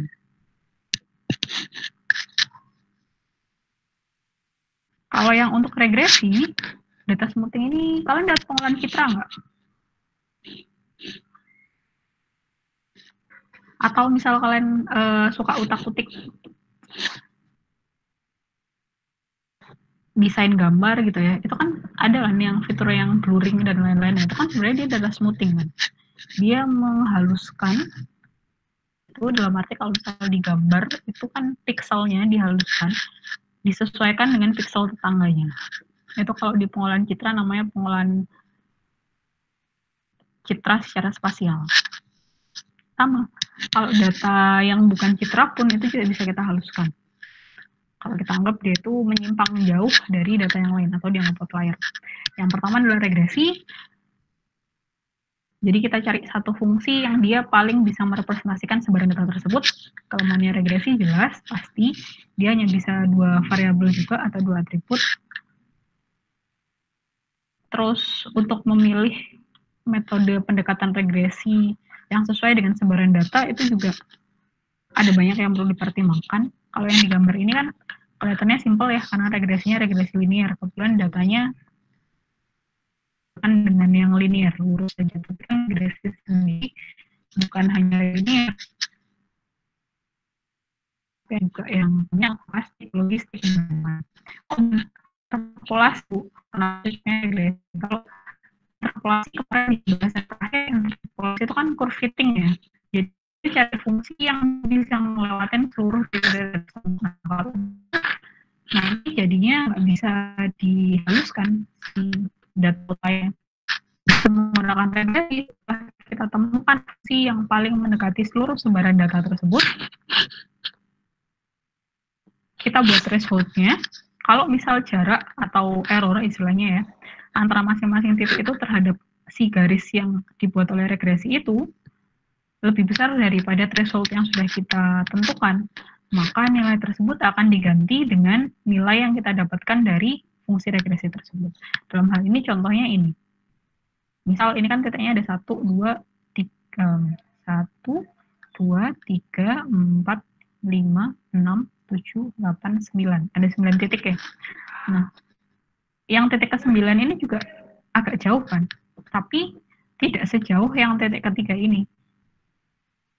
Bisa jadi yang titik ke-9 ini dia masih masuk dalam rentangnya threshold yang ditentukan oleh penelitinya. Sedangkan kalau yang di sini dia sudah jauh banget, makanya dia diubah yang semula nilainya di sini, X1 semula Y1-nya nilainya di sini, diubah menjadi sesuai dengan yang regresi. Jadi diubah ke sini. Supaya dia lebih mirip dengan data-data yang lain, lebih halus. Seperti itu. Ini cara yang pertama. Atau cara yang kedua adalah binning. Binning ini kayak histogram, tadi saya bilang. Jadi binning itu adalah sebaran datanya, kita hitung frekuensinya. Terus setelah itu, kita ubah nilai di dalam rentang tersebut kepada nilai tertentu. Ada dua metode besarnya. Yang pertama adalah equal width, yang kedua adalah equal depth. Kalau equal width, ini contoh ini itu adalah equal width. Tahu dari mana kalau itu equal width? Karena kita lihat ya, kalau equal width itu dia cek nilai terendahnya berapa. Misal di sini nilai terendahnya 98. Nilai tertingginya berapa? 106. Selisihnya antara 106 dengan 98 itu 8 kan. Nah, terus kita lihat bindingnya ada berapa? Bindingnya ada 1, 2, 3, 4, 5, 6, 7. Oh, 1, 2, 3, 4, 5, 6, 7, 8, 9, 10. Nah, 10 berarti dalam satu binding ini itu rentangnya adalah 0,8. 8 dibagi 10. Jadi kalau equal width itu kita tentukan kita mau masing-masing binding atau masing-masing keranjang ini, masing-masing bin ini mau lebarnya sebesar apa intervalnya. Dicirikannya kalau taunya itu equal width adalah frekuensinya itu beda-beda, ya kan? Frekuensinya beda-beda per bin. Yang ini berarti 98 ditambah 0,8 berarti 98 sampai 98,8. Bin yang kedua adalah 98,8 sampai 99,6 dan seterusnya sampai bin yang terakhir. Nah, semua nilai yang berada di antara rentang bin tersebut, misal ya, bin yang pertama ini itu kan rentangnya 98 sampai 98,8. Nah, semua nilai yang berada di antara rentang bin tersebut nilainya akan diubah disamakan. Nah, disamakannya itu diisi dengan nilai apa? Bisa caranya seperti ini, bisa diisi dengan nilai rata-ratanya, bisa diisi dengan nilai tengahnya, bisa juga diisi dengan nilai batas binnya. Maksudnya nilai batas binnya gimana? Kalau nilai batas binnya itu misal dalam satu bin itu ada 1, 2, 4, 5, dan 8 gitu ya. Misal kalau nilai batas bin itu, misal dalam satu bin itu ada 1, 2, 4, 5, dan 8. Maka batas binnya kan 8 dan 1. Yang lebih dekat ke 1 akan diubah ke 1. Jadi 2 ini diubah ke 1. 5 ini diubah ke 8. Karena dia lebih dekat ke 8. Nah, yang tengah ini boleh milih mau diubah ke 1 atau diubah ke 8. Itu maksudnya yang diubah dengan nilai batas bin. Berarti semua datanya diganti dengan nilai tengahnya, ya, ini 4. Kalau nilai rata-rata berarti ditotal dulu, di rata-rata baru disamakan semua nilainya. Itu contoh perubahan nilainya. Nah, kalau kembali lagi ke sini, equal width berarti semua yang nilai aslinya berada di antara rentang 98 sampai 98,8 dimasukkan ke dalam satu bin yang sama. Lalu dia bisa diubah nilainya, entah itu menggunakan nilai rata-rata, nilai tengah, atau nilai batas bin. Implikasinya adalah nanti di dalam satu bin dengan bin yang lain jumlah datanya bisa beda-beda. Karena yang dia mainkan adalah interval atau rentangnya. Nah, ada pendekatan yang kedua. Pendekatan yang kedua itu adalah equal depth. Jadi bukan rentangnya yang sama, tapi kedalamannya yang sama. Kedalaman ini maksudnya frekuensi. Frekuensi.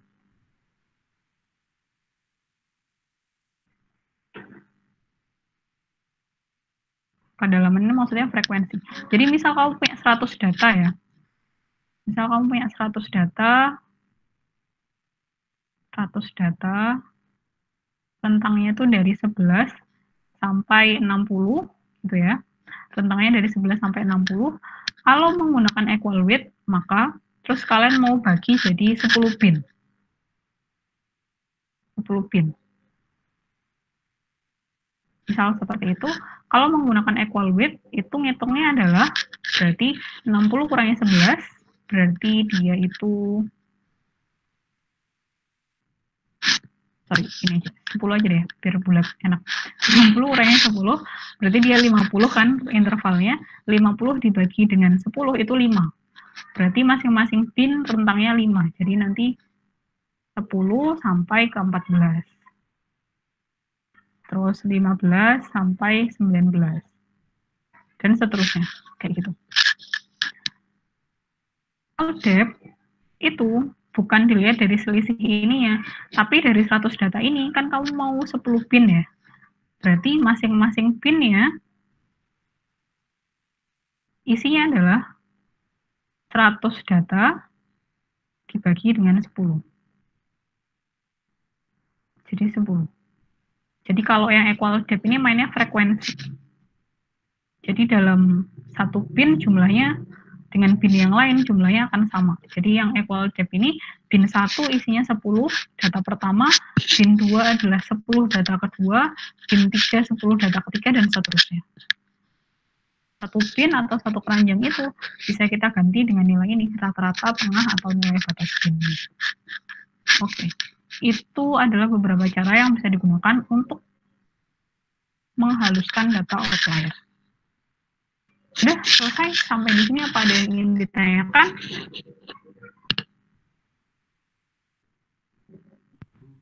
Saya izin bertanya. Iya, silakan. Semisal itu binnya kan setiap ada apa yang namanya diagram batang itu kan intinya binnya itu kan ya Bu. Iya, betul. Binnya 100. Yang 99 kan ikut ke 100 ya Bu. Lalu yang 100 Binnya 100. Datanya ada 100. bukan, binnya nilainya itu value-nya 100. Yang sampingnya Oke. itu yang ditunjukin sana misalnya.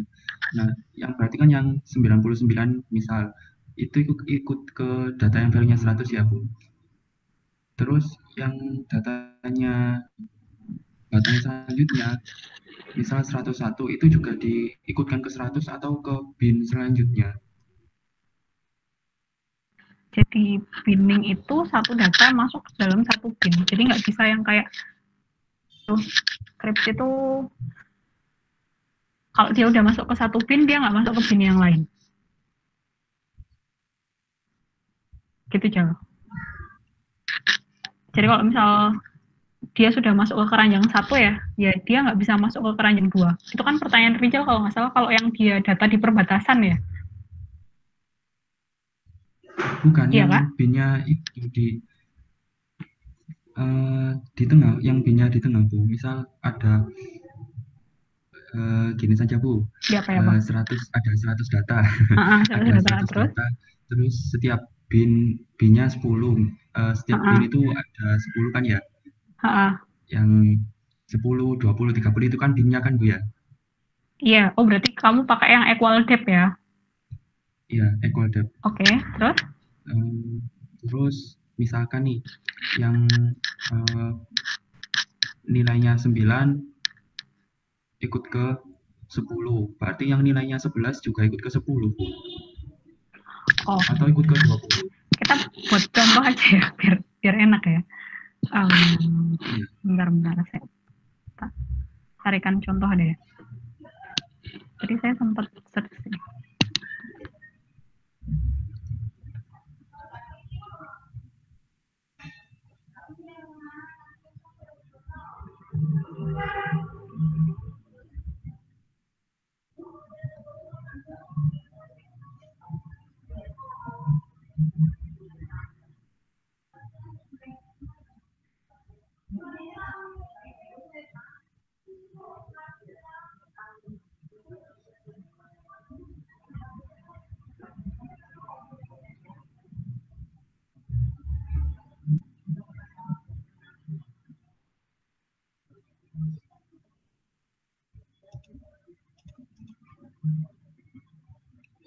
Oh ya, terima kasih Anissa informasinya. Oke, nah kelihatan ya. Ini ada contoh topiknya statistik fundamental for data mining ya, karena sebenarnya memang manajemen pemrosesan data tadi saya bilang dia itu kayak pengantarnya si data mining atau apa ya, intronya data mining lah bisa dibilang kayak gitu. Nah misal ini datanya totalnya ada 27, ini dia sudah diurutkan kan. Terus misal kita ambilnya adalah yang depth, artinya kita gunakan frekuensi yang sama binningnya, dimana satu bin itu depth-nya 3, maka dia baginya nanti adalah per 33, 13, 15, 16, 1 bin. 16 yang kedua ini masuk ke bin kedua, 16, 19, 20 bin yang kedua, 20, 21, 22 bin yang ketiga, 22, 25, 25 bin yang keempat. Itu aja. Kalau yang equal depth, kalau pakainya yang equal width, jadi intervalnya yang sama. Kalau equal width, maka kita kurangi 70 dikurangi 13 itu 57. 67. Terus habis itu kita bagi sebanyak 57. berapa banyak? Oh, 57. Kita bagi sebanyak berapa bin yang kita inginkan.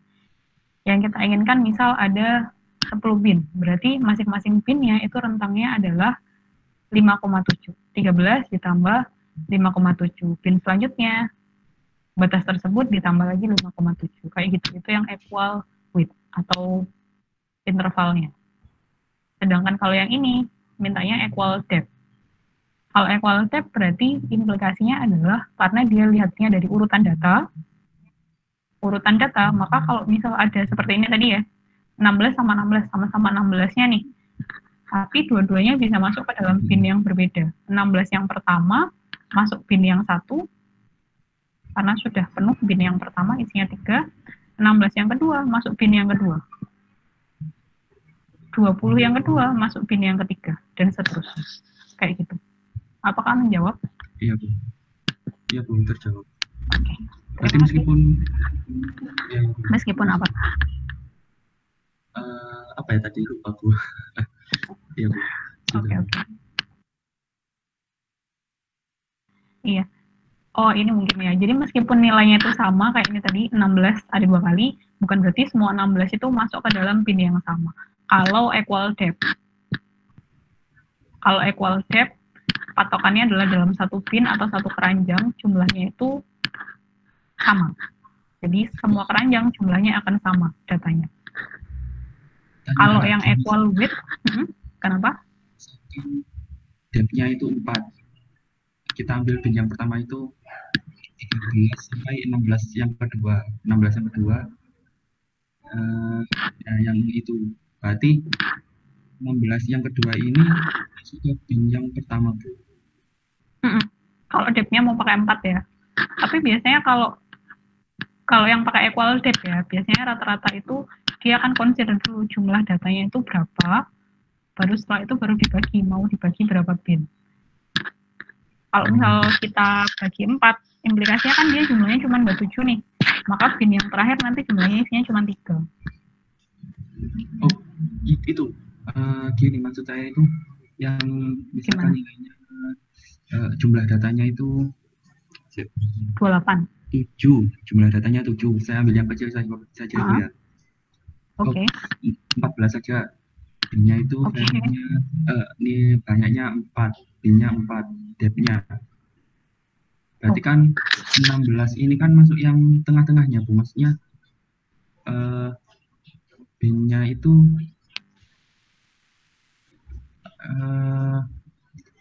misalkan gimana ya, Bu ya? Saya nggak bisa gambar gitu. Ini loh, sebentar saya tak pakai ini deh, whiteboard.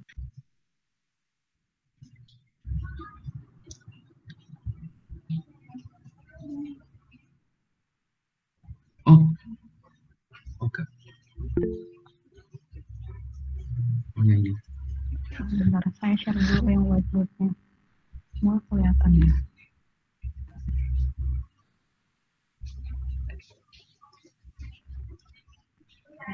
Oke, nah ini whiteboardnya nih.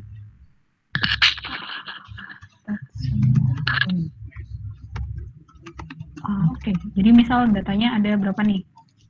Ada 8 gitu ya misal ya. 1, 2, 5, kan harus urut ya. 6, 6 lagi, 6 lagi, terus 11, terus setelah itu adalah 18, terus setelah itu 18 lagi gini kan. 1, 2, 3, 4, 5, 6, 7, 8, 9, saya kasih satu lagi deh. 10, datanya ada 10. Misalnya datanya ada 10. Ya ada 10 data kan. Terus kalau mau menggunakan equal depth, berarti pertama kita hitung dulu jumlah datanya ada berapa. Datanya ini ada 10, maka opsinya kalau mau digunakan equal depth, bindingnya bisa isi 2 atau isi 5. Kalau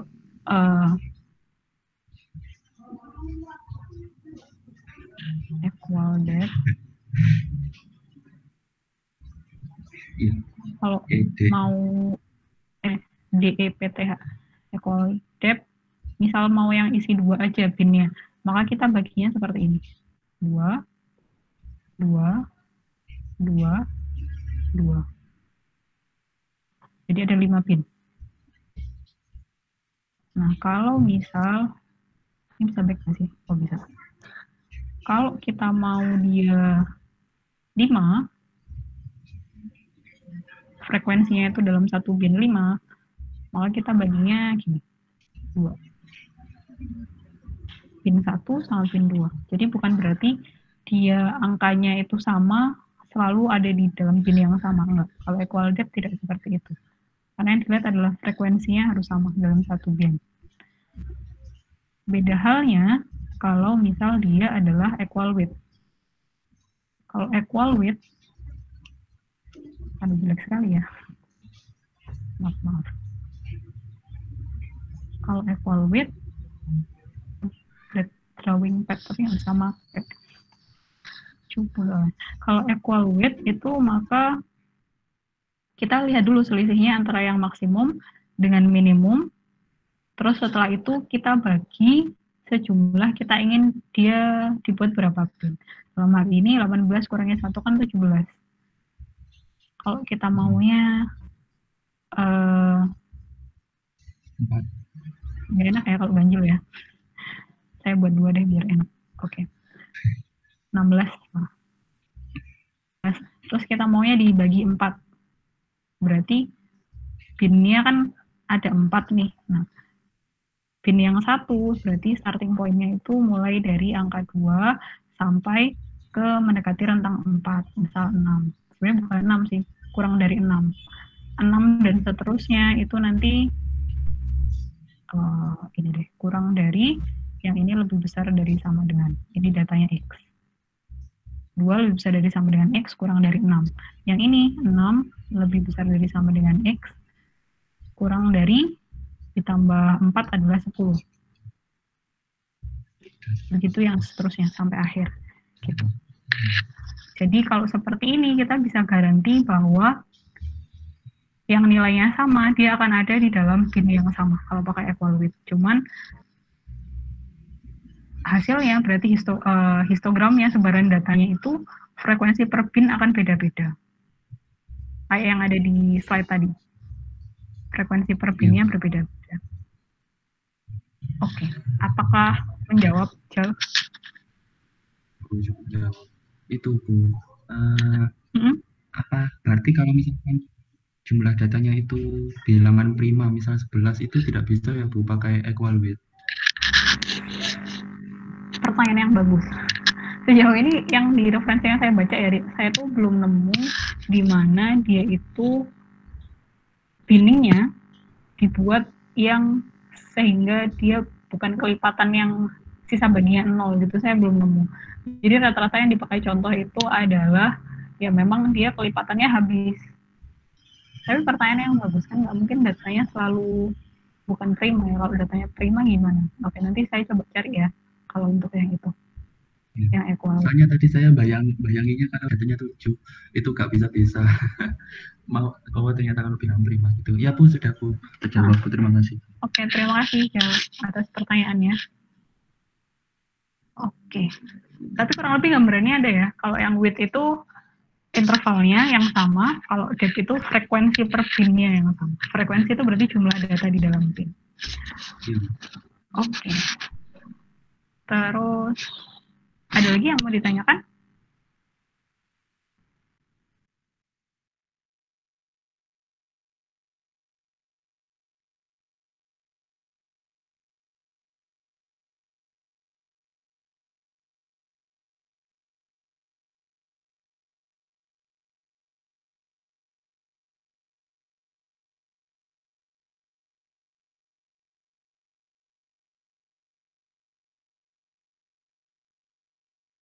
Oke. Kalau misal tidak ada lagi yang ditanyakan, berarti kecuali yang pertanyaan kecil tadi ya, masih jadi PR saya untuk baca lagi referensinya terkait itu, binning yang equal depth, apakah memungkinkan kalau misal dia itu bilangannya prima. Karena kalau prima kan berarti jumlah frekuensi per binningnya nanti, per bin nanti tidak akan sama ya. Pasti ada satu bin yang nilainya lebih sedikit daripada bin yang lain. Nanti coba saya cari terkait hal itu. Terus ini apa sih?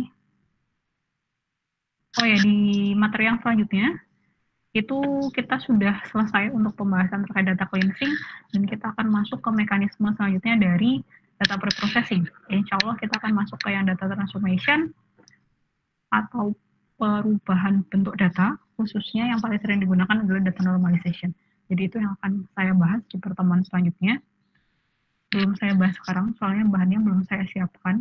Tapi secara garis besar sebenarnya kenapa perlu untuk dinormalisasi atau kita ubah datanya. Kebanyakan kalau ngomong soal data transformation, larinya ke normalization sih. Meskipun memang perubahan bentuk data ada juga namanya agregasi kan, penggabungan data, tapi kebanyakan orang-orang berpikirnya ke arah normalisasi. Karena kalau normalisasi itu penting ketika kita ingin mengoperasikan data yang sifatnya multi atribut. Contoh gampangnya ya, kalau misal di clustering tadi kan kita hitung jarak kan antara satu titik dengan titik yang lain. Nah, kalau misal unitnya itu berbeda. Oh, hang on.